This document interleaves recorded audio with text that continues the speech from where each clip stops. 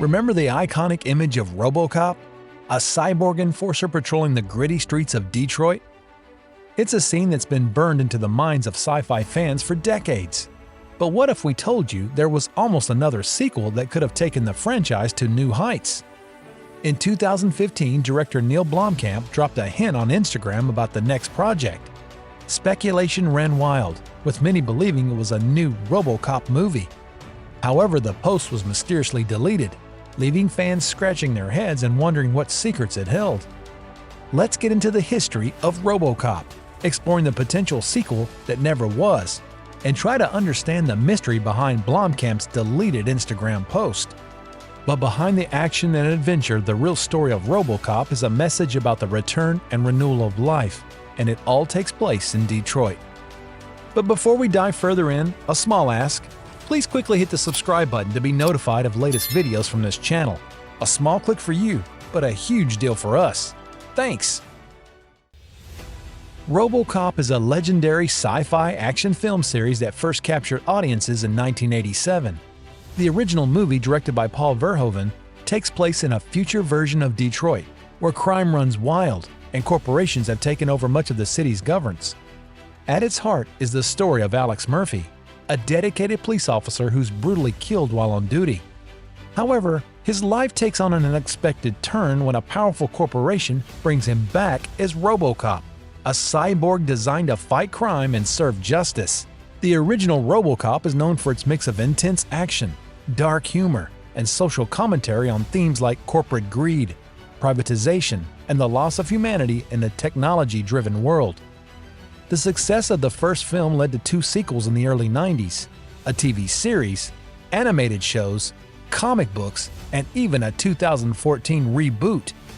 While each film explores different aspects of RoboCop's struggle with his human identity and his role as a tool of a corporate system, the franchise consistently raises questions about technology, ethics, and what it means to be truly human.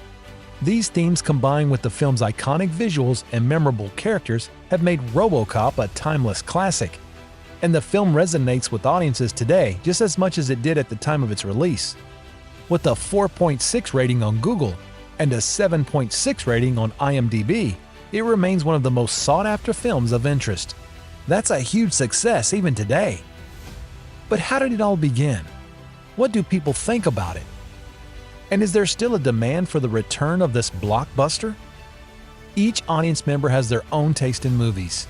Not everyone can appreciate the blend of humor and violence found in RoboCop. Sometimes it might feel wrong to laugh at a crime, but the scenes are so well crafted that it's hard to hold back your laughter. Like in this scene. Another brutal scene unfolds when they attempt to test the robot. But instead of a simple test, something unexpected happens.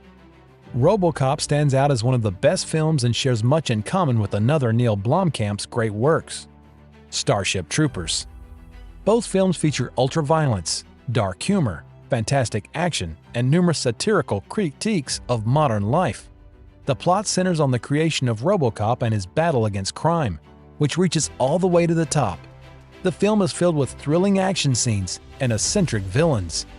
The real standout performance comes from the eccentric, well-known villains and corporate bosses. Ronnie Cox, Kurtwood Smith, Ray Wise, Steven Weber, Dan O'Herlihy, and Miguel Ferrer are all excellent in their various roles. Whether playing criminals or greedy corporate leaders, they create characters so compelling that sometimes it's hard to distinguish between them. The mix of humor and intensity in RoboCop created a unique and engaging experience that resonated with many viewers. This balance not only heightened the film's appeal, but also drew in a wide audience. After the release of the 4 sequels, fans were eager to see a return to the original RoboCop magic, longing for the same compelling blend of action and wit that made the first movie so memorable. Despite the excitement surrounding its announcement, the sequel never materialized. Surprising, isn't it? Efforts were made again in 2014 to revive it, but those attempts fell flat and left many fans feeling let down. RoboCop starred Peter Weller as an injured cop who was transformed into a cyborg law enforcement officer programmed to eliminate crime in the Detroit area. The cop's memories of his human life resurfaced and caused a malfunction in his new technology. MGM attempted to reboot RoboCop in 2014 with director Jose Padilla and star Joel Kinnaman, but the film was disappointing at the domestic box office. Even with a strong script and story, luck is a critical factor in a film's success. Sadly, things haven't worked out as Blomkamp hoped since District 9. His subsequent films saw larger budgets but struggled to achieve the same impact. Elysium received mixed to positive reviews and earned $286 million against its $115 million budget, while Chappie was met with mixed to negative reviews and made $102 million from a $49 million budget.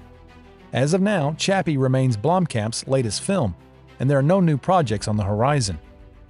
The fluctuations in his career are a sign of his stock rising and falling rapidly, but it's not for lack of effort. Neill Blomkamp has been attached to several major franchises over the past few years and invested significant time in developing those projects, only for them to ultimately not materialize. As a result, he has a slate of unmade films, though each has a clear reason for not coming to fruition. In January 2018, it was revealed that RoboCop writer Ed Neumeyer was working on a follow-up to the 1987 original. A few months later, Neill Blomkamp originally signed on to direct RoboCop Returns. The film was intended to be a direct continuation of the original movie, ignoring both sequels and the 2014 remake. Blomkamp aimed to make his RoboCop movie as close to the original as possible, even confirming that he would use the original suit and strive to capture the feel of a film directed by Paul Verhoeven. Then Neill Blomkamp announced that he was no longer directing RoboCop Returns. Instead, he decided to focus on making a horror movie. As a result, he had to depart the project, with Blomkamp simply stating on Twitter that MGM can't wait, need to shoot RoboCop now.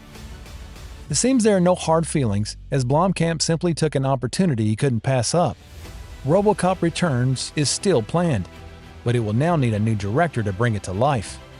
Blomkamp told Deadline that the original RoboCop had a massive effect on him as a child. He said, "I loved it then, and it remains a classic in the late 20th century sci-fi catalog, with real meaning beneath the surface. Hopefully that's something we can get closer to in making a sequel. That is my goal here.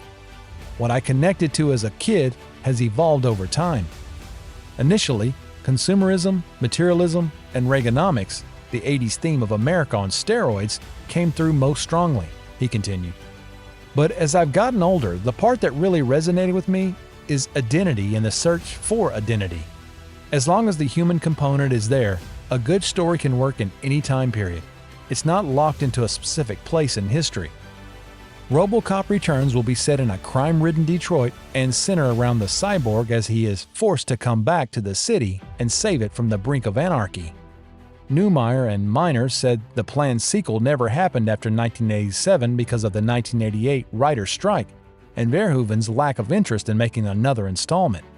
We know that can be a bit of a downer, so to lighten the mood, let's get into some fun behind-the-scene facts about the original RoboCop movie that you might not know. First up, did you ever notice that most of the shots of RoboCop in the police car only show him getting in or out? There's a reason for that. Peter Weller, the actor who played RoboCop, couldn't actually fit into the car while wearing the full costume. So whenever you see him inside the car, he's actually just wearing the top half of the suit and sitting in his underwear. The filmmakers got creative with this by focusing on shots of RoboCop's feet exiting the car first, keeping up the illusion that he's fully suited up. It's kind of funny when you think about it. And speaking of the suit, it wasn't exactly the most comfortable thing to wear. It was so hot and heavy that Peter Weller was losing around 3 pounds a day just from sweating. They eventually had to install an air conditioner in the suit to keep him from overheating.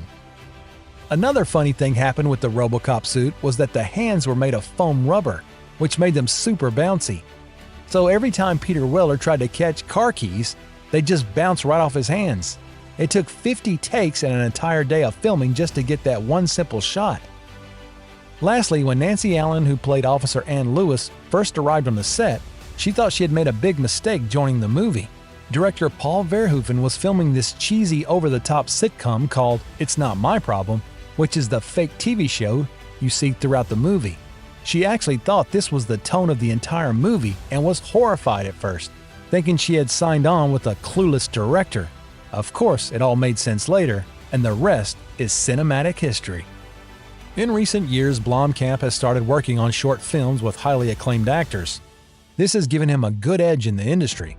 But what about the audience waiting for the unmade RoboCop Returns? That remains a big question. Will it ever be made? Or is it something that may never come to fruition? We all have these questions in our minds. The future of RoboCop Returns is still uncertain. So what do you think? Share your thoughts in the comments below. And don't forget to hit the like and subscribe button. Comment on which movie or character inside you'd like us to explore next. This video was made by movie fans for movie fans.